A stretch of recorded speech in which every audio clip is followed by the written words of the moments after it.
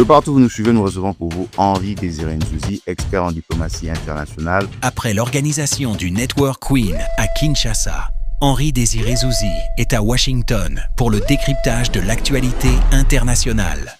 J'exhorterai le chef de l'État d'initier une sortie pure et simple de notre pays de l'OIF.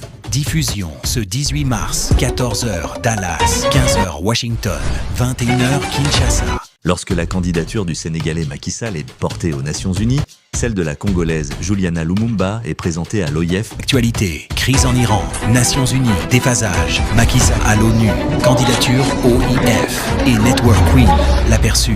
Rebaptisé exceptionnellement le Networking en Network Queen. Henri Désiré Nzuzi sur Wanjila Connect. Abonnez-vous. Henri Désiré Nzuzi, nous vous saluons.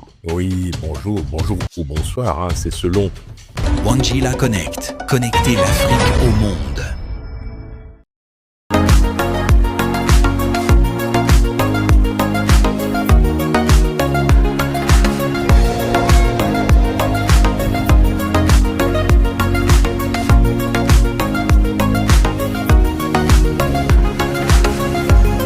De partout où vous nous suivez, soyez bienvenue dans votre nouveau numéro de votre magazine depuis les États-Unis d'Amérique, dans l'État du Texas, à Dallas, où nous allons parler de l'actualité internationale.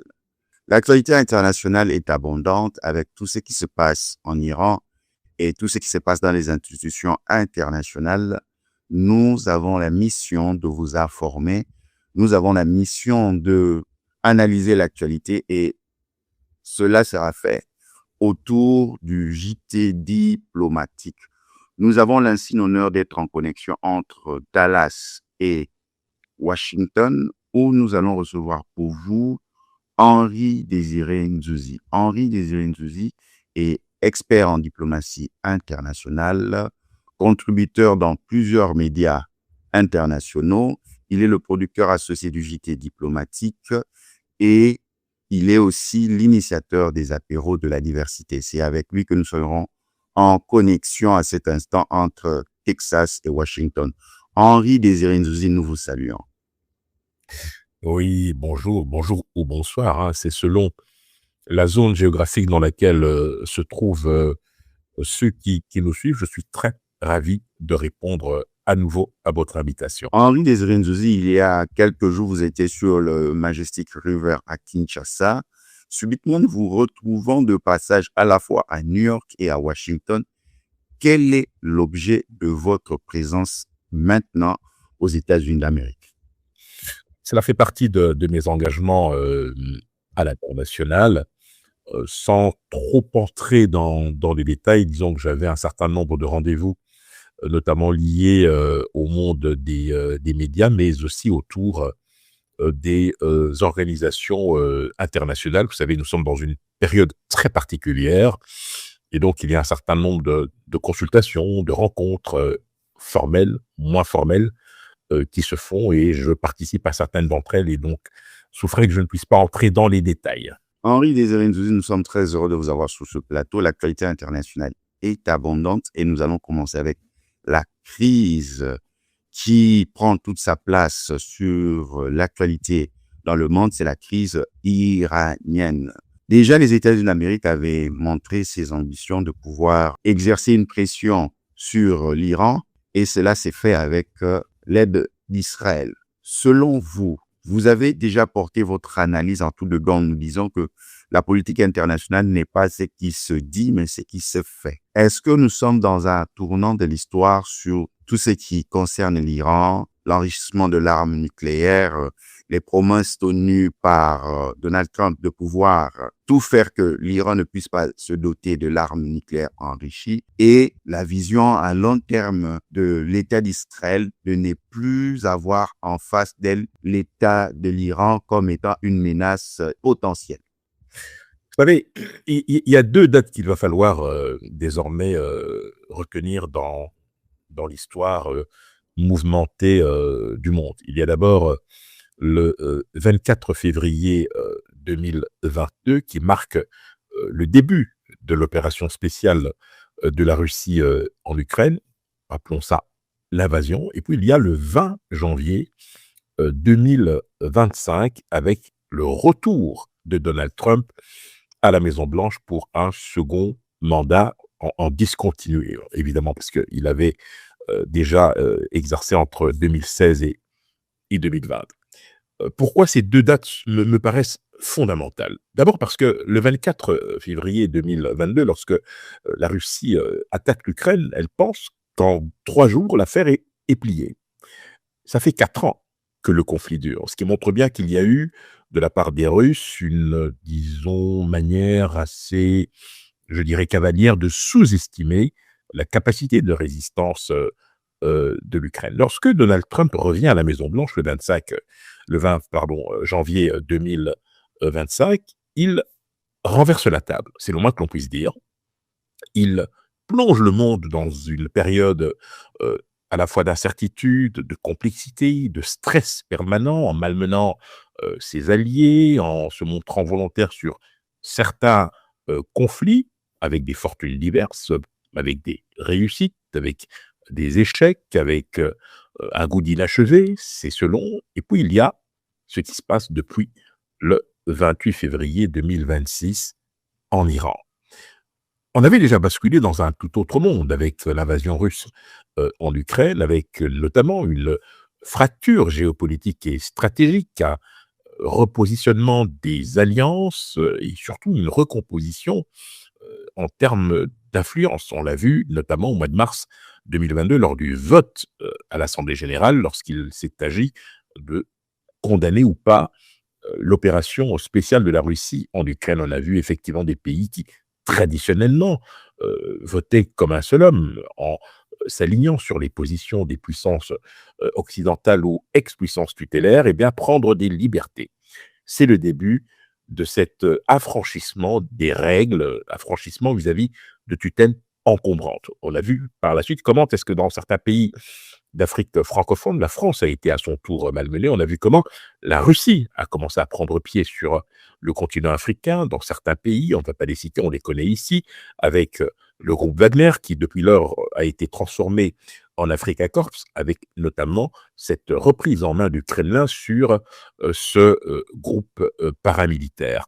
Nous sommes en 2026 et nous avons Donald Trump qui, c'est vrai, après une année 2025 plutôt réussie en termes de résolution de conflits, même s'il y a eu effectivement des choses qui restent encore à dire, eh bien, il a su insuffler, imprimer une dynamique dans la résolution de certains conflits. Cela va de la bande de Gaza, en passant notamment par l'est de la RDC, même s'il est vrai, le conflit n'est pas terminé, mais il y a eu des accords qui ont été signés, des accords qui tardent à produire leurs effets, mais qui ont néanmoins le mérite d'exister. Et tout cela avec la médiation et l'influence américaine. Aujourd'hui, les États-Unis sont pleinement engagés en Iran avec le soutien d'Israël et on voit, après 2 semaines de conflit, que l'Iran résiste. L'Iran résiste et l'Iran montre qu'elle est en capacité de perturber véritablement le bon fonctionnement du monde, avec notamment le blocage du détroit d'Ormuz, avec cette crise qui nous pend au nez, cette crise à la fois économique, politique, diplomatique, où vous avez aujourd'hui près de 25 pays qui sont impactés directement ou indirectement par le conflit. Henri, président Josie, sans vous arracher la parole, vous êtes tombé sur ce point, crise énergétique et économique, la hausse du prix du pétrole dans le monde. Maintenant, quelle peut être l'implication de la communauté internationale à sa tête des Nations Unies pour trouver une solution? Parce qu'on connaît quand on débute la guerre, mais on ne sait pas quand elle prendra fin.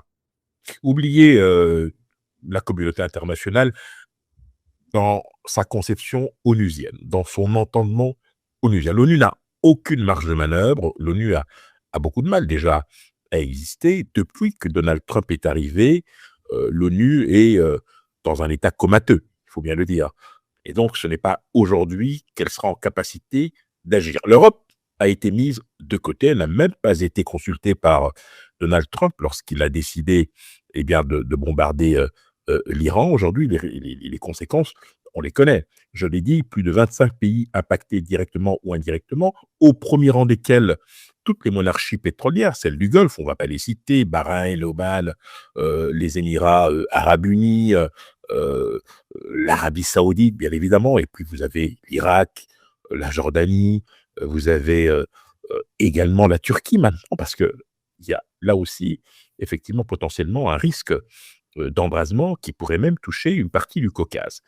Et donc, face à une telle situation de désordre, une situation qui aujourd'hui appelle à une vraie réflexion sur la manière la plus efficace de réduire les effets dévastateurs de cet embrasement, il faut se poser une question.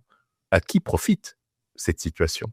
Certainement pas aux Occidentaux, probablement pas aux monarchies du Golfe, lorsque l'on sait par exemple que du point de vue du transport aérien, euh, les Émirats arabes unis avec le Qatar, à eux seuls, eh bien, concentrent 80% du trafic aérien mondial de l'Europe vers l'Asie du Sud-Est ou d'ailleurs.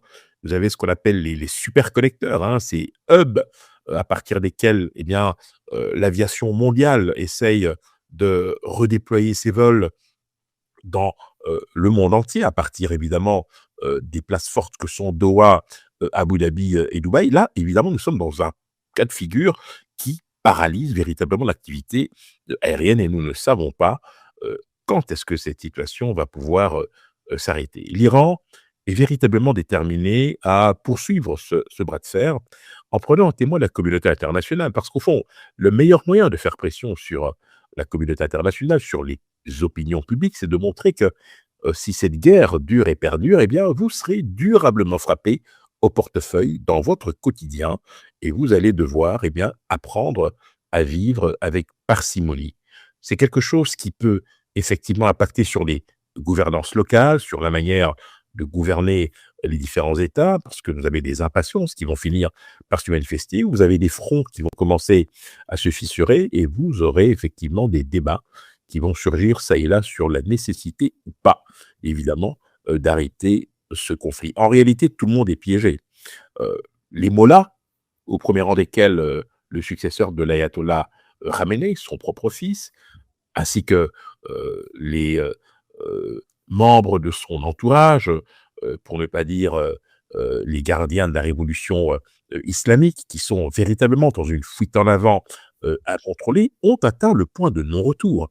De la même manière que les États-Unis, avec le déploiement de forces auquel nous avons assisté, ont aussi atteint le point de non-retour. Cela signifie qu'il est beaucoup plus simple pour eux de continuer plutôt que de revenir en arrière parce que le chemin serait beaucoup plus long.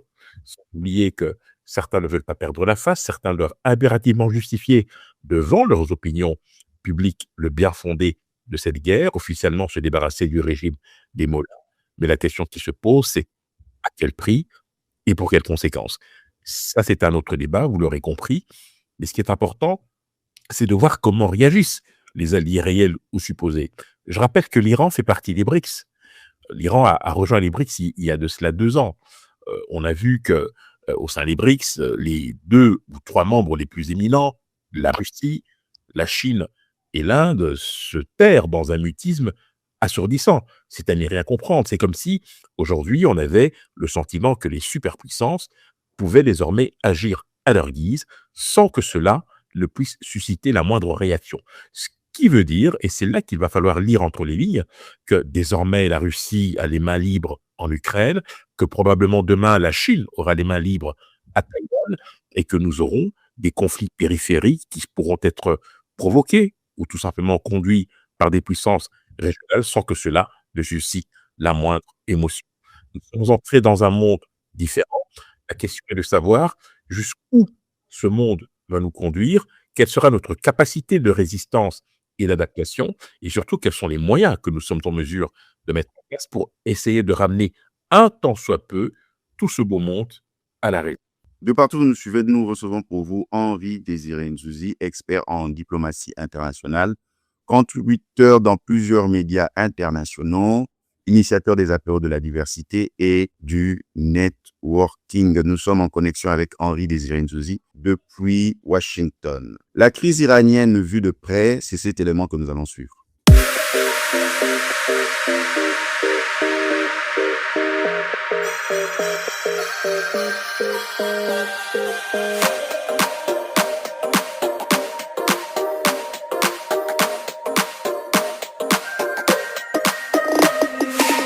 La crise iranienne est perçue en Afrique comme un choc géopolitique externe mais aux effets économiques immédiats. La hausse du pétrole, au-delà de $100 le baril, fragilise des économies africaines très dépendantes des importations d'énergie, provoquant inflation, dépréciation monétaire et ralentissement des investissements. À l'image du choc provoqué par la guerre en Ukraine, en 2022, les capitaux internationaux se replient vers des actifs sûrs. Si des exportateurs comme le Nigeria ou l'Angola peuvent bénéficier de recettes accrues, la majorité du continent subit une hausse des coûts logistiques, énergétiques et alimentaires, freinant la croissance et la stabilité financière.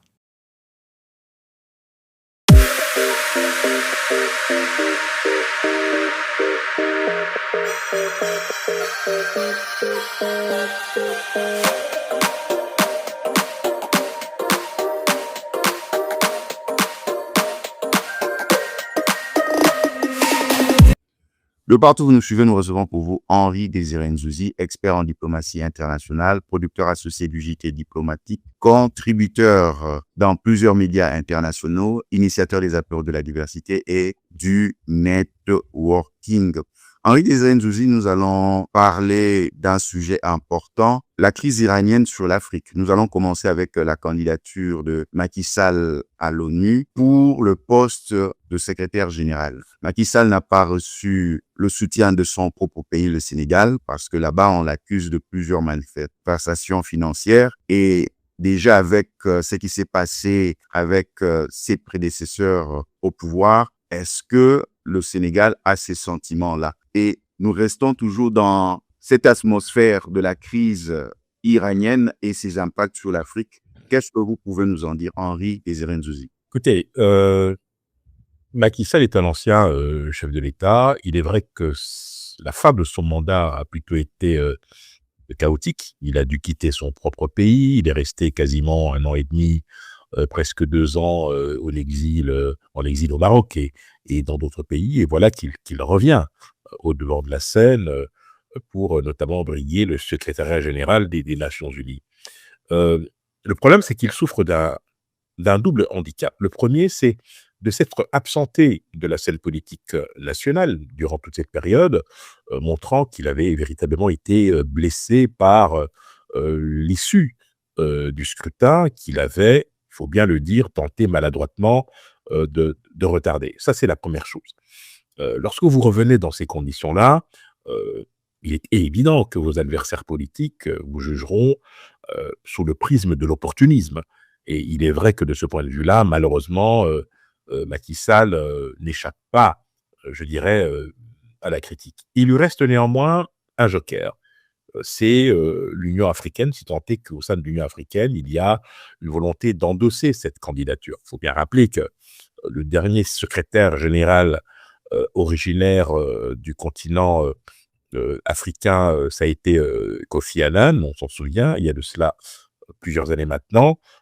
Et c'est vrai qu'avant Kofi Annan, nous avons eu Boutros Ghali, mais il est vrai aussi que le dernier secrétaire général africain des Nations Unies était originaire du Ghana et donc de l'Afrique de l'Ouest. Le Sénégal est situé géographiquement également en Afrique de l'Ouest. Alors, cela peut susciter un débat en interne sur le continent, sur l'opportunité ou pas d'ouvrir le champ à d'autres candidatures qui seraient géolocalisées dans d'autres zones géographiques du continent.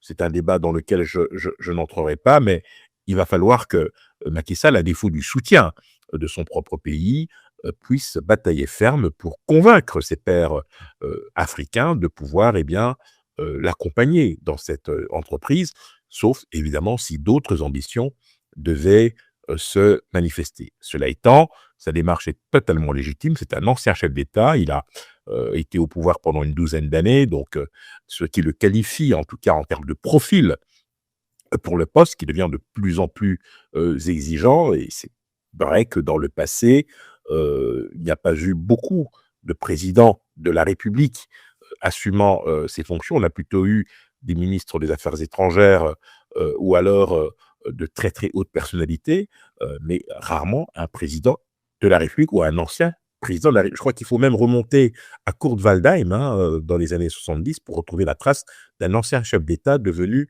secrétaire général des Nations Unies. Cela étant, je pense que le débat reste encore ouvert. Les Nations Unies doivent impérativement être réformées. Est-ce que Macky Sall est l'homme qui pourrait éventuellement conduire ces réformes? J'en doute à titre personnel, avec des États-Unis qui aujourd'hui pèsent de tout leur poids dans la balance et qui représentent un quart des contributions à l'ONU, et avec l'initiative notamment de Donald Trump, qui a décidé de mettre en place une structure qui, dans les faits, se veut plus ou moins concurrente du Conseil de sécurité. Je crois que nous avons malheureusement du pain sur la planche, et je ne suis pas certain que la candidature de Macky Sall fera nécessairement consensus sur le continent africain. Mais quel est l'intérêt de porter la candidature de Macky Sall à cet instant, sachant la géopolitique internationale et aujourd'hui avec les États-Unis d'Amérique? Quel est l'intérêt C'est une candidature, à aboutir peut-être? c'est une candidature de témoignage. Quelquefois, vous pouvez vous lancer dans la bataille en sachant que vous n'avez aucune chance d'y arriver, mais vous avez néanmoins le mérite de pouvoir exister durant la campagne, et vous êtes potentiellement susceptible d'être éventuellement nommé ou désigné à un autre poste. Vous savez, il y a des postes éminemment importants aux Nations Unies, des postes de sous-secrétaire général ou de secrétaire général adjoint qui peuvent être dévolus à d'anciens chefs d'État. Cela s'est déjà vu. On a vu notamment des anciens premiers ministres diriger les agences onusiennes. Je rappelle par exemple que à l'heure actuelle, vous avez un ancien Premier ministre belge qui, je pense, sauf erreur de ma part, dirige le PNUD.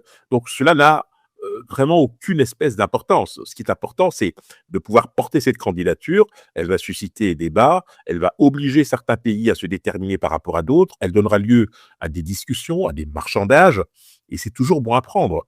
Mais je continue à penser que c'est une candidature de témoignage, parce que je ne suis pas certain qu'au niveau africain, même s'il y a eu de la part de l'Union africaine une sorte de bienveillance à l'égard de cette candidature, je ne suis pas certain qu'elle soit véritablement fédératrice et qu'elle représente aujourd'hui l'état d'esprit qui prévaut sur le continent africain.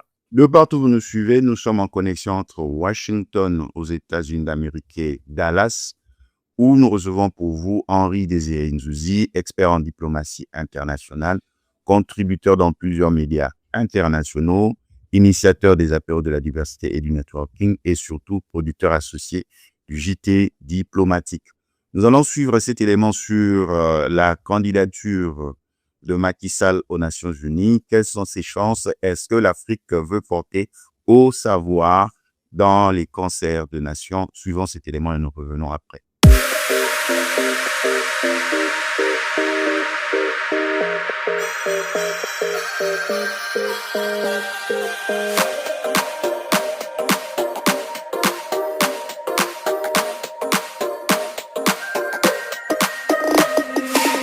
La candidature de Macky Sall au poste de secrétaire général de l'Organisation des Nations Unies, portée par le Burundi qui préside l'Union africaine, ouvre une bataille diplomatique incertaine. Si elle aboutissait, il deviendrait le second Africain après Kofi Annan à diriger l'institution. Son expérience internationale et son passage à la tête de l'Union africaine en 2022 jouent en sa faveur, mais sa candidature reste fragile. Elle n'est pas officiellement portée par le Sénégal et son bilan politique est contesté entre accusations de répression et controverses sur la gestion économique. Dans un système dominé par les équilibres géopolitiques du Conseil de sécurité, ses chances dépendront autant du soutien africain que de l'arbitrage des grandes puissances.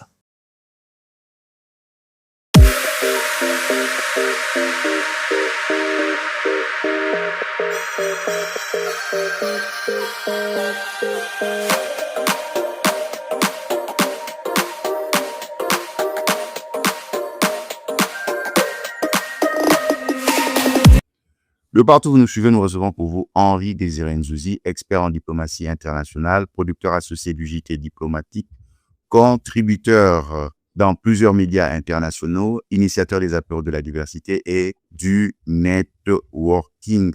Henri Désiré Nzouzi, nous allons passer sur l'actualité, les élections à la tête de l'Organisation internationale de la francophonie, la place de la francophonie en Afrique. La RDC étant la nation la plus grande au sein de la francophonie, nous avons constaté le Rwanda prendre la tête et aujourd'hui, la République démocratique du Congo apporté la candidature de Juliana Lumumba, fille de l'héros national Patrice Emery Lumumba, pour postuler à la tête de la francophonie. Est-ce une bonne initiative?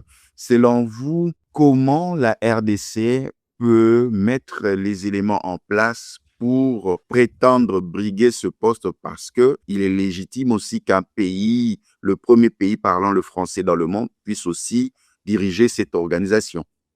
D'abord, il y a un principe cardinal. Lorsque vous n'êtes pas à la table où se discute votre avenir, lorsque vous n'êtes pas assis, vous êtes au menu. Donc, ça veut dire que vous êtes susceptible d'être avalé, d'être considéré comme quantité négligeable. Donc, il fallait impérativement qu'il y ait cette candidature portée par la RDC.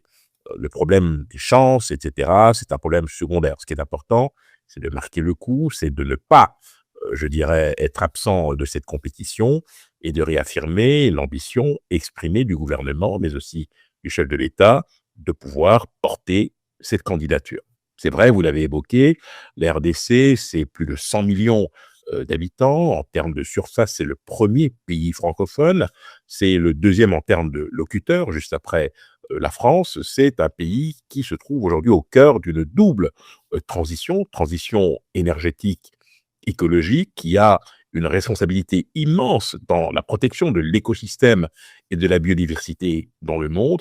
Et donc, ce pays offre, en tant que pays solution, les atouts pour pouvoir, pour la première fois de son histoire, être en capacité d'être représenté à travers le secrétariat général de l'OIF. Mais vous le savez, depuis plusieurs années maintenant, l'OIF a décidé de se politiser. Il vous reviendra qu'aujourd'hui, le choix du prochain secrétaire général de l'OIF, ou le choix de manière traditionnelle, revient à deux pays qui, en réalité, font la pluie et le beau temps. C'est bien évidemment la France et le Canada. Et à ce petit jeu-là, il faut bien savoir qu'il y a à la fois des équilibres qu'il convient de respecter. Je rappelle que le poste de numéro 2 de l'OIF, c'est un poste qui est préempté depuis très longtemps par le Canada. Donc, le Canada occupera de toute façon le poste d'administrateur. Mais par contre, le poste de secrétaire général, aujourd'hui, qui s'est fortement politisé, depuis notamment les 3 mandats d'Abdou Diouf, va faire l'objet de tractations importantes. Mais de quoi parlons-nous aujourd'hui? Nous parlons de Louise Mushikiwabo qui achève son 2e mandat, le Rwanda qui, comme vous le savez, s'est précipité dans les bras du Commonwealth il y a quelques années en réaction à ce qui s'est passé notamment en 1994, le génocide, où le Rwanda a accusé notamment la France d'avoir failli à son devoir le plus élémentaire. C'était donc une réaction contre ce qui s'est passé en 1994 dans la sous-région. Et dans un souci d'apaisement, de réconciliation, dans un souci de réelle politique, le Rwanda a finalement obtenu ce poste. Personne ne l'attendait finalement, mais au nom d'une réconciliation nécessaire entre Paris et Kigali.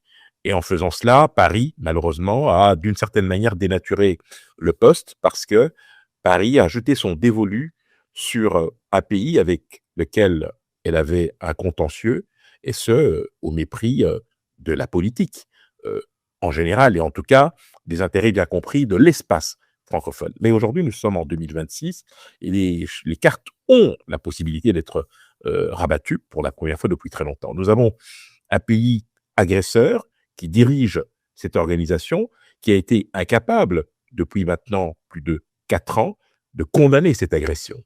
Nous avons là un problème à résoudre. Et donc, la France se trouve dans une position quasi intenable d'équilibriste entre répondre à une aspiration réelle de justice et de réparation, cela bien évidemment à la demande de la RDC, et puis d'autres impératifs qui pourraient dicter une attitude de réelle politique. Alors, à quoi allons-nous assister? Vraisemblablement, nous avons une candidature extrêmement légitime, avec notamment la personnalité de Juliana Lumumba, qui est tout à fait qualifiée pour le poste. Bien évidemment, compte tenu de ses compétences, de son passé professionnel. Et puis, vous avez bien évidemment l'image désastreuse que traîne le Rwanda à l'international en tant que pays agresseur, pays paria, devrais-je même dire, puisqu'aujourd'hui, sur le plan diplomatique, le pays est très isolé, même si vous avez quand même quelques pays avec lesquels le Rwanda continue d'entretenir d'excellents rapports ou bénéficie encore de soutien non négligeable. Je pense notamment à l'Union européenne qui n'a toujours pas réussi à trancher la question, puisque l'Union européenne, vous le savez, continue de financer les opérations dans le Cabo Delgado en finançant à hauteur de 20 millions l'armée rwandaise pour sécuriser la zone, mais en réalité défendre des intérêts purement économiques. Et c'est là que se situe la quadrature du cercle. Il faut que Paris puisse très clairement afficher, je dirais, sa volonté de favoriser une alternance à ce niveau-là, avec deux exigences. D'abord, une exigence de réparation pour, je dirais, effacer l'image désastreuse que laisse l'OIF depuis que la RDC fait l'objet de cette agression. Il n'est pas normal que ce pays soit représenté au plus haut niveau de l'OIF sans que cette organisation n'ait pu prendre de mesures fortes. Et la deuxième chose, c'est que l'on revienne à une forme de normalité.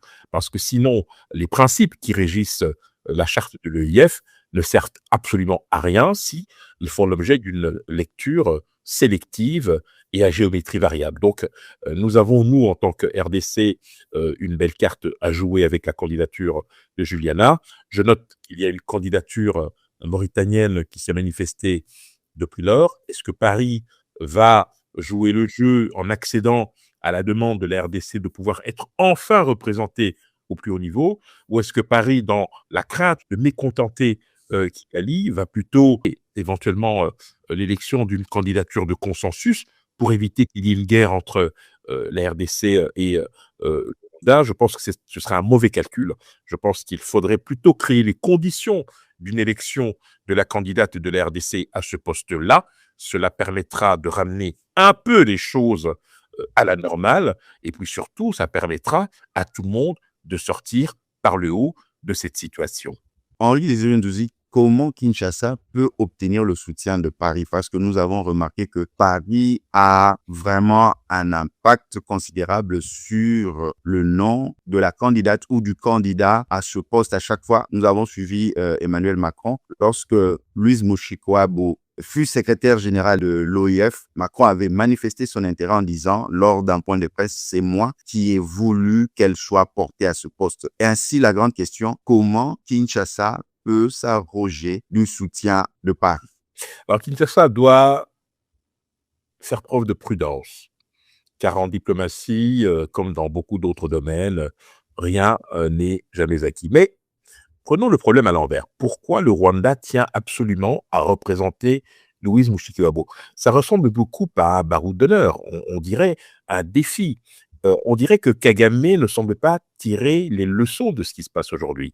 Il est isolé diplomatiquement, il est isolé politiquement, il est accusé de toutes parts, son armée ainsi que plusieurs généraux font l'objet de sanctions, et lui, dans une sorte de fuite en avant, veut absolument défier la terre entière en maintenant cette candidature au mépris de tous les principes, de tous les usages. Il y a un moment où, lorsque vous avez véritablement failli, vous devez reconnaître vos torts et afficher un profil bas. Cela ne semble pas être le genre de la maison, et c'est pour cette raison d'ailleurs que Kagame s'entête. Et je trouve que une des leçons qui pourrait être administrée au Rwanda, c'est que 2 mandats, c'est très bien, c'est très très bien, mais il va falloir passer à autre chose. Mais ce que moi je refuse en tant que Congolais, c'est que nos intérêts bien compris soient à nouveau sacrifiés sur l'autel de la réelle politique. Et je le dis comme je le pense, si demain nous ne réussissons pas à obtenir le poste de secrétaire général de l'OIF, alors qu'il nous est véritablement promis, alors très sincèrement, j'exhorterai le chef de l'État d'initier une sortie pure et simple de notre pays de l'OIF. De partout où vous nous suivez, nous recevons pour vous Henri Désiré Ndouzi, expert en diplomatie internationale, contributeur dans plusieurs médias internationaux, producteur associé du JT diplomatique et initiateur du networking et des apéros de la diversité. Quelles sont les chances pour que la République démocratique du Congo puisse briguer le poste de secrétaire général à l'OIF? C'est cet élément que nous allons suivre et nous revenons après.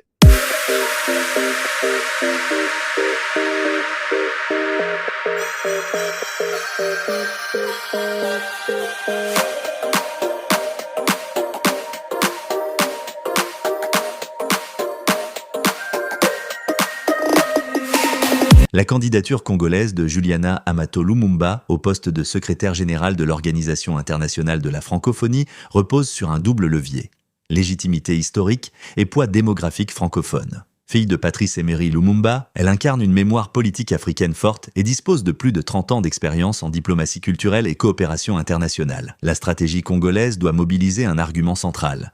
La République démocratique du Congo constitue aujourd'hui l'un des principaux bassins francophones du monde et aspire à une représentation proportionnelle dans la gouvernance de la francophonie. Pour convaincre la France et les partenaires francophones, Kinshasa devra articuler 3 axes: diplomatie d'influence auprès des États africains majoritaires dans l'organisation, garantie d'une francophonie économique et numérique, et engagement clair pour la démocratie et la stabilité régionale. Face à l'héritage de la secrétaire générale sortante, la Rwandaise Louise Mushikiwabo, la candidature Lumumba peut se positionner comme un rééquilibrage géopolitique en faveur du cœur démographique de l'espace francophone.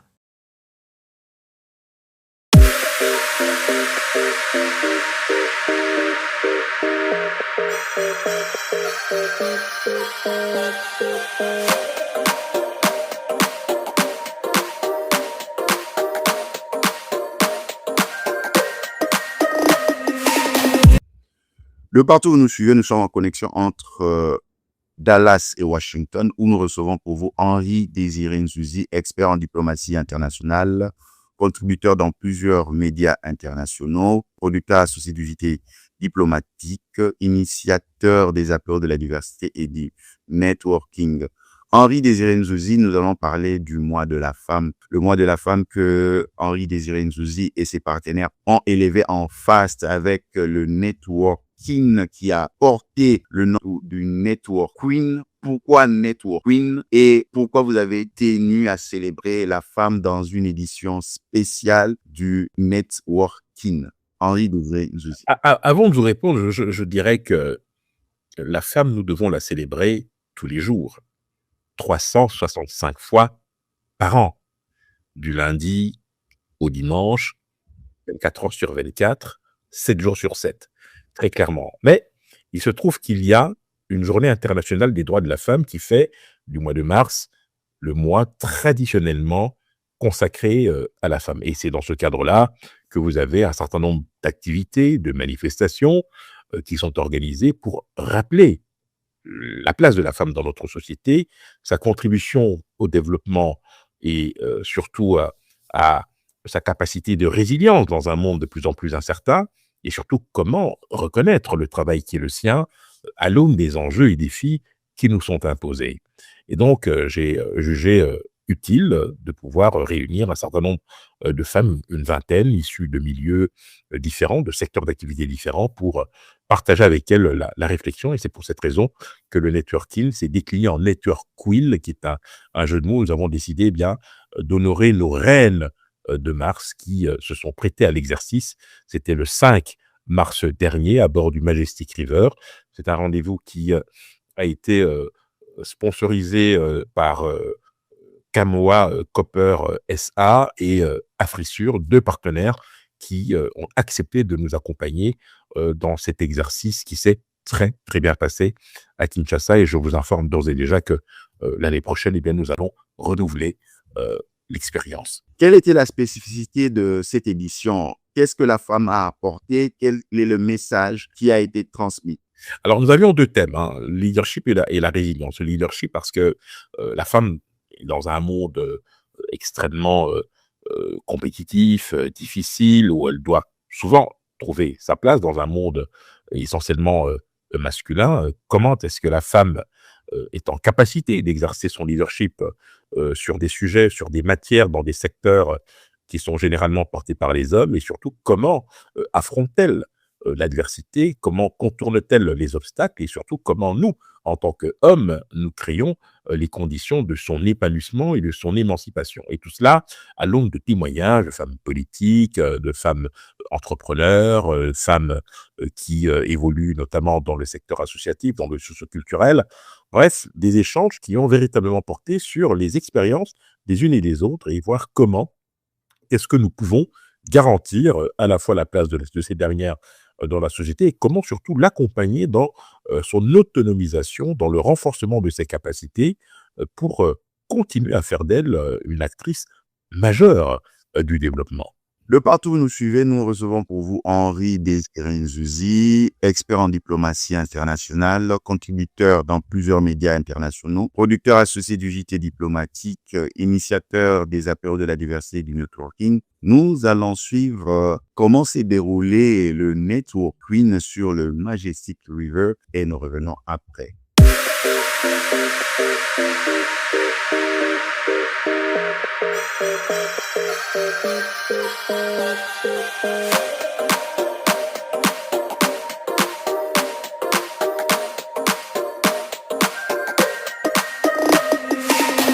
Ici, à la Marina Majestic River, à l'occasion, eh bien, tout simplement du mois de la femme. Et nous avons décidé de rebaptiser exceptionnellement le networking en Network Queen. Les reines de Mars se sont réunies ce soir. Vous aurez l'occasion de les découvrir pour un moment de convivialité au cours duquel, eh bien, elles auront à cœur de parler de leadership et de résilience. Deux mots qui sont appropriés. Lorsque l'on regarde le parcours de la femme aujourd'hui, et le siècle, déterminée, dynamique, responsable, mais surtout, il y a toute sa place et qui joue un rôle important dans la société. Nous sommes donc ici au Majestic River pour ce moment de convivialité où des femmes d'horizons divers auront bien tout simplement la possibilité de confronter leurs idées, mais surtout d'apporter leur petite pierre à l'édifice. Nous sommes aujourd'hui jeudi 5 mars 2026 pour ce moment qui, je l'espère, vous donnera plein d'idées. Aujourd'hui, par le biais de Henri Désiré, qui a accueilli les reines de Mars. Donc, c'est un événement qu'il a fait sous le Majestic River. Donc, on a intitulé ça les reines de Mars parce que c'était pour la femme du mois de mars. Et c'est très bien réussi. Donc, on est sous notre père Congo. Et c'est un événement très, très agréable. D'ailleurs, nous sommes à plus ou moins 150 personnes ici sur le bateau. Et c'est adorable. J'ai le plaisir de diriger l'espace Sexabilimbo et de pouvoir implanter un beau projet d'éducation environnementale et culturelle et Sospet Trombo.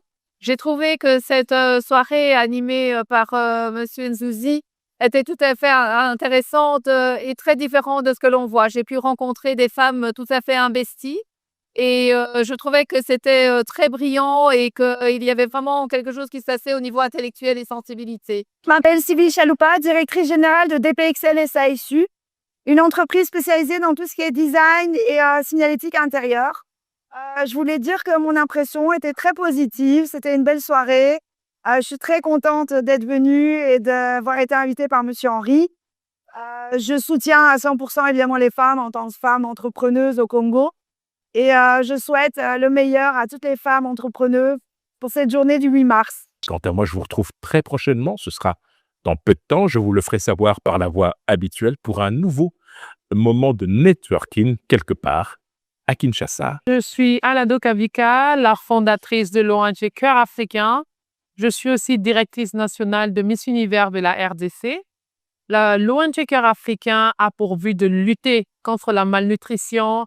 Nous sommes là pour combattre contre des violences faites aux femmes et surtout booster l'entrepreneuriat de la jeune femme congolaise. J'ai bien aimé l'événement de ce soir. En tout cas, plein de femmes inspirantes. C'était encourageant de voir que les femmes osent. Et j'étais très fière d'être une femme, en tout cas, ce soir. Nous étions à l'honneur. Je me trouve au Majestic River où j'assiste à la soirée qui a été organisée par Henri Désiré à l'occasion du 8 mars, qui nous a permis à tous et toutes ici présents d'entendre de nombreux témoignages de la part de femmes congolaises qui sont absolument extraordinaires et qui participent vraiment à la vie sociale et économique de ce pays. Cet événement exceptionnel bénéficie d'un accompagnement d'exception. En effet, Kamoa Copper SA et Afrissure joignent leurs efforts pour nous accompagner au cours de cet événement qui, je l'ai rappelé, s'inscrit dans le cadre du mois de la femme, puisque nous avons, nous aussi, décidé de prendre toute notre part pour exalter la journée de la femme qui, soit dit en passant, se déroule 365 fois dans l'année.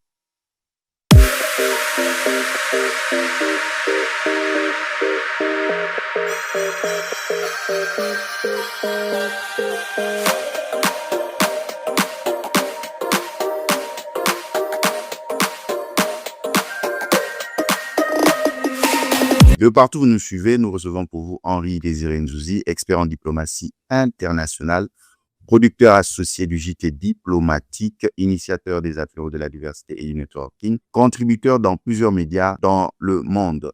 Henri Désiré Nzouzi, nous prenons déjà la dernière ligne droite de nos échanges. Nous allons parler maintenant de la diplomatie internationale et surtout nous apaisantir sur le continent européen. L'Europe, de plus en plus isolée sur les grands que prennent les États-Unis d'Amérique et surtout la France. Qu'est-ce qui se passe? L'OTAN, l'Europe ne retrouve plus sa place. Nous avons constaté le message du président français. C'est comme s'il était en train de se plaindre. Par exemple, l'attaque sur l'Iran, il se dit qu'ils n'ont pas été informés. Est-ce que aujourd'hui l'Europe et l'OTAN reculent sur le plan décisionnel de tout ce qui se fait à travers le monde? Henri Désiré Nzouzi. Vous savez, depuis le déclenchement de la crise en Ukraine, on a vu une Europe en perte d'influence et de vitesse.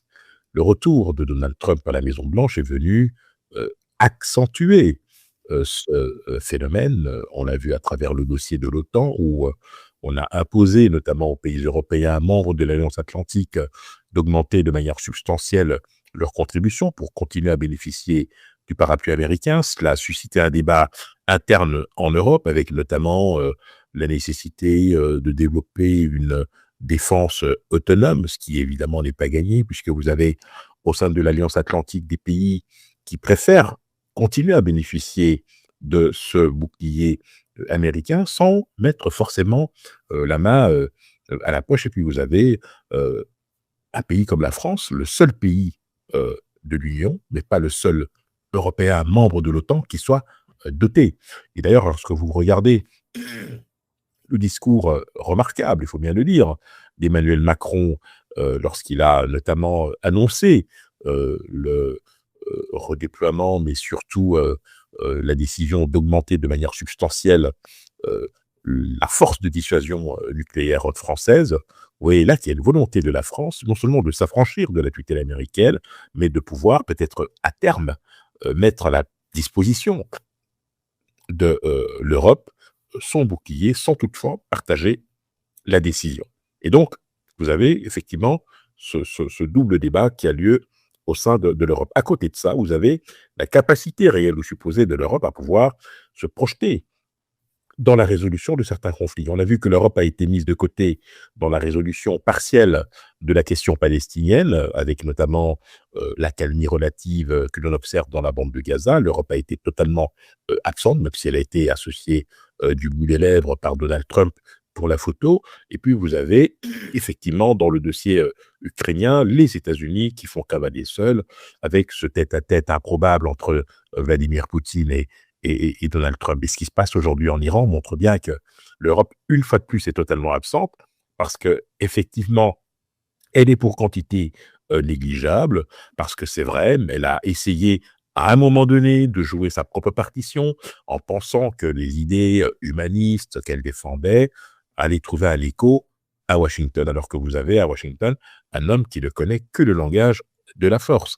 Aujourd'hui, nous sommes dans un contexte où l'Europe a de bonnes raisons de s'inquiéter, puisque c'est elle qui est la première impactée par la situation qui prévaut actuellement dans le Golfe Persique et ses conséquences potentielles sur le plan économique, énergétique et géostratégique, sans compter évidemment que, en termes de politique intérieure, cela peut avoir des conséquences importantes.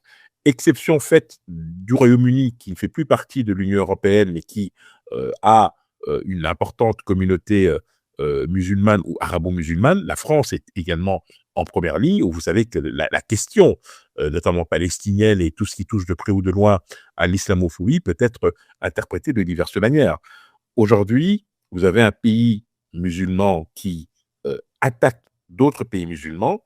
L'Iran a en guise de représailles, cibler tous les pays immédiats de son voisinage, les monarchies du Golfe qui sont traditionnellement alliées aux États-Unis. Ce qui est paradoxal dans la mesure où ces mêmes pays ont dissuadé les États-Unis de frapper l'Iran et donc ont plaidé la cause de l'Iran à Washington, mais ce sont ces pays qui aujourd'hui se retrouvent en première ligne et qui aujourd'hui, eh bien, je dirais, accumulent les dégâts et les déboires. Donc, vous voyez très bien que là, nous sommes dans une situation de chaos généralisé. La question maintenant, c'est de savoir comment est-ce que l'on va sortir de cette situation. Israël ne compte pas s'arrêter en si bon chemin. Elle a une opportunité à la fois d'en finir avec le Hezbollah, définitivement, mais d'en finir également avec le programme nucléaire iranien. Les États-Unis ont une opportunité de redessiner la carte du Moyen-Orient, mais tout cela avec des conséquences incalculables, imprévisibles. On ne sait pas comment tout cela va se terminer. Et aujourd'hui, nous n'avons même pas le début d'une ébauche, d'une sortie de crise ou d'une solution qui pourrait satisfaire toutes les parties. Henri Désiré Nzouzi, pouvons-nous dire par le locataire à la Maison-Blanche, les relations États-Unis-Europe ne seront plus les mêmes? Non, elles ne seront plus les mêmes, mais évidemment.